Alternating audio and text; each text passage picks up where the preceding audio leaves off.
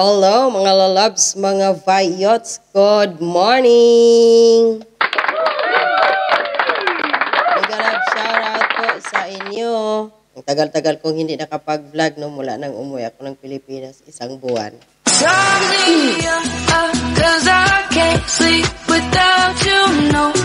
Tapos doon din hindi ako nakapag-vlog din no, kasi yung internet pag minsan on off. Ayan. Wala. Tapos, yun, banding kami ng nanay ko. Tapos, yun, after 2 weeks, pumanaw po siya. So, yun, hanggang sa ngayon, medyo, pa ako. Kaya, unti-unti akong magbabalik para maibisan, no, yung aking lungkot sa pagpanaw ni mama na kung saan ay 21 days pa niya ngayon.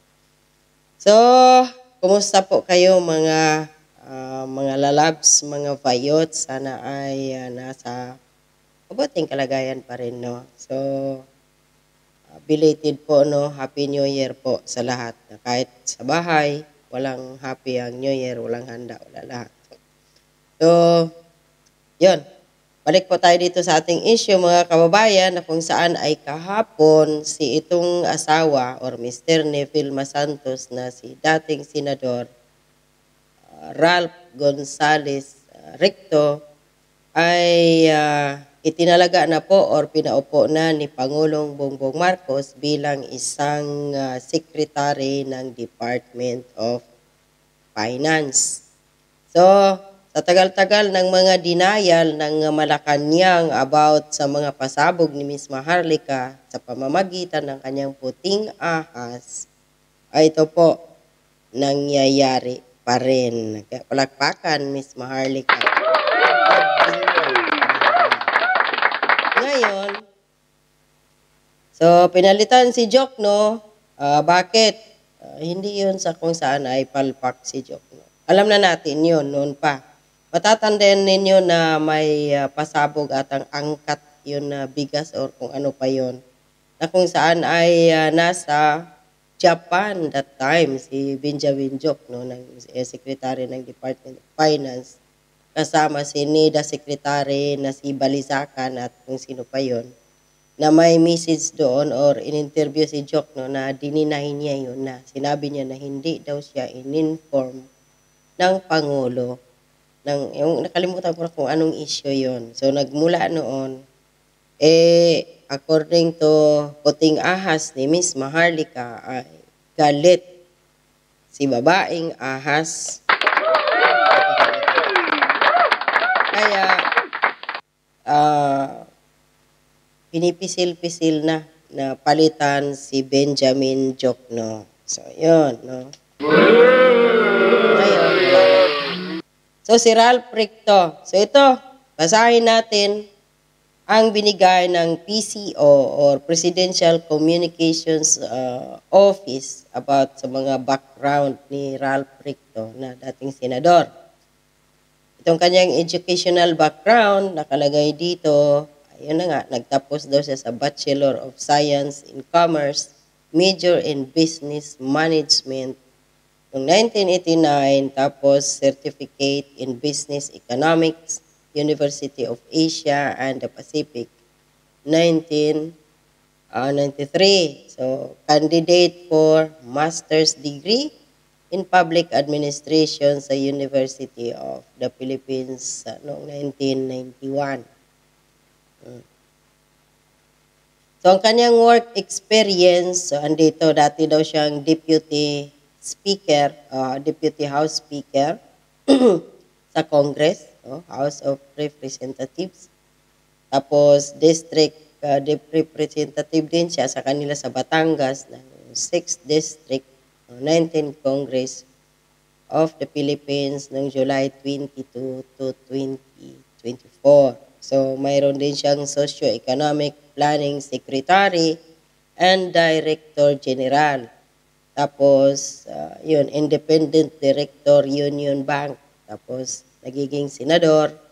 Tapos, nagiging District Representative din siya sa Batangas. So, dito tayo sa kanyang accomplishment, mga kababayan.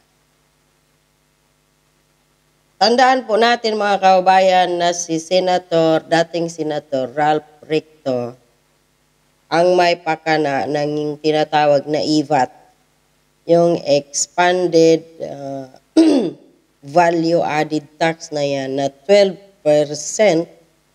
na kung saan dagdag pasakit sa mga Pilipino at hindi natin alam yung 12% na yan na EVAT saan napupunta ang mga pera. Nagpasakit yan lalo na sa mga senior citizen.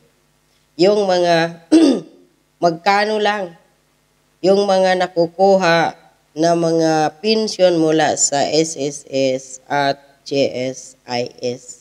Panggamot na nga lang Tapos ito pa. Ang nakakatawa dito, dahil hindi sinali yung EVAT na sa kanyang accomplishment.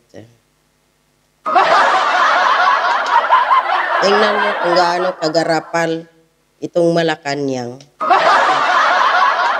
So ayon dito sa kanyang appointments, over 48 major laws authored, sponsored, such as. So ito lang. So sa mahigit daw na 48 na batas na kanyang ginawa at na-sponsoran. So ito yung kanyang pinagmalaki lang dito nila ng Malacanang. Itong taxing pogos RA number 11590. Which is okay yun. May tax ang pogo. O dito ako natatawa sa pangalawa. Morang kuryente RA number 11 or 11371. Ang tanong, nagmura ba ang kuryente?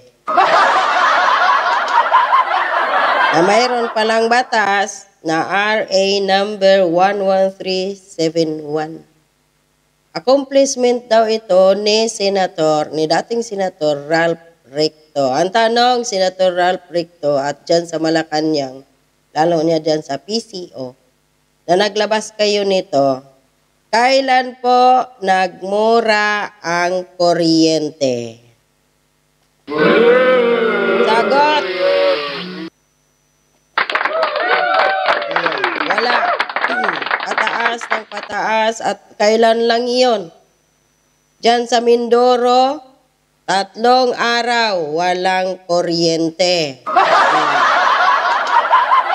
Diba? At nag-brown out din sa Visayas.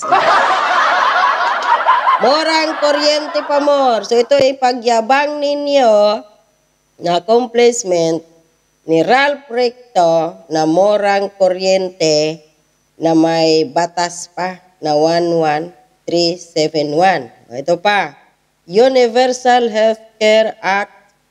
Ito RA number 11223. So, hindi lang naman si Ralph Recto dito si Attorney Harry Roque din nung siya ay nasa Congress. Ano din siya dito. So, sponsored din yata dito si Ralph Recto, pati na din si J.B. Ejercito, diba? Sa Senado. So, ito, nakakatawa, Rice Tarification Act RA number 11203.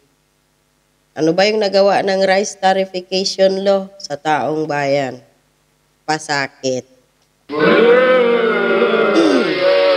Sino lang yung yumaman? Alam niyo na kung sino. Smugglers, hoarders, profiteers. Ayun, ang yumaman. Sa kanilang rice tarification law. Pero magsasaka, never. Ito pa, yung kanyang isa, 2018 Social Security Act RA number 111999. Tatlong 1, 2 9. Tapos, 2018 din daw, Ease of Doing Business and Efficient Government Service Delivery Act. Asus, pinagyabang pa yun. Wala din namang epekto yun.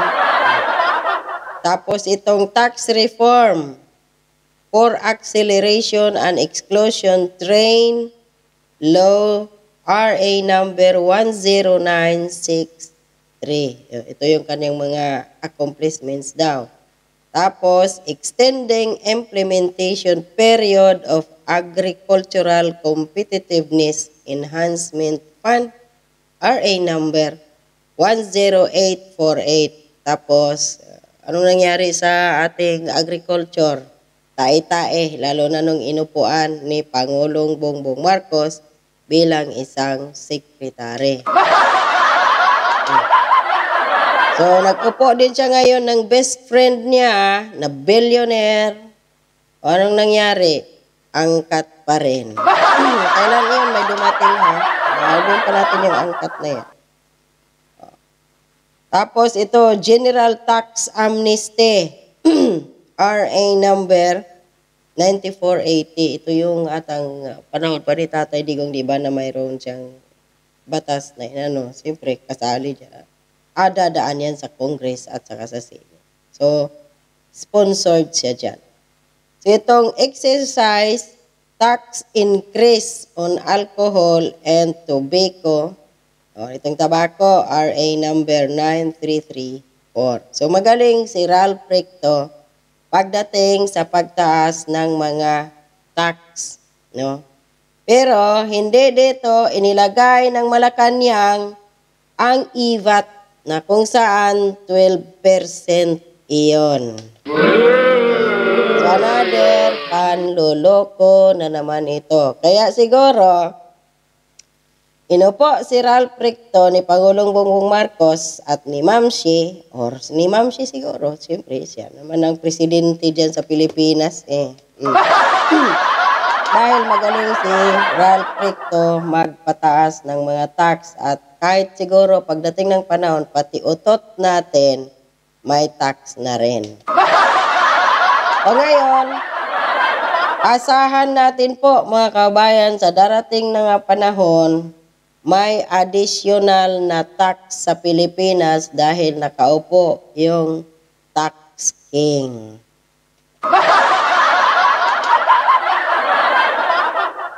Yung IVAT na yan, dapat alisin na nga yan eh. Dagdag yan pasakit sa taong bayan. Pero anong ginawa? Wala. Asahan natin sa mga darating na araw, buwan, mag-announce na naman ang Malacanang, may mababalita na naman sa mga mainstream media na mga additional tax si Ralph Recto bilang Secretary of Finance. Yan ang ating aabangan. So, bayad utang na naman si Pangulong Bongbong Marcos dahil sinuportahan ng Batangas. Wala namang ginawa si PBBM ngayon eh, kundi pa rin nagbabayad utang ng loob sa mga taong tumulong. Ito pala. Party, mga kaubayan, party people. Wala no. Dito. Post po ito ni Liza Marcos sa kanyang Facebook account. O, andito si PBBM mo, nagtaas ng kopiita. Cheers! Kahapon to post. Party sila ng party despite na ang taong bayan naghihirap. Hindi pa tayo dyan na kasi marami pa. Habang nasa Pilipinas ako, na-experience ko kung gaano kamahal ang bilihin. Ang binantayan ko lang nung Pasko hanggang New Year ko, magtaas ulit ang sibuyas from 500 to 800. Wala na po. Natauhan. So yun lang po muna sa ngayon mga kaubayan. Ralph Recto ay Department of Finance na Secretary at nagbingo si Maharlika. At ang kanyang mga accomplishment, hindi nilagay doon ang 12% na IVAT sa kanyang kagagawan, dagdag pasakit sa taong bayan. So hanggang dito lang po muna mga kabayan. Maraming salamat po. Stay safe. God bless and bye-bye.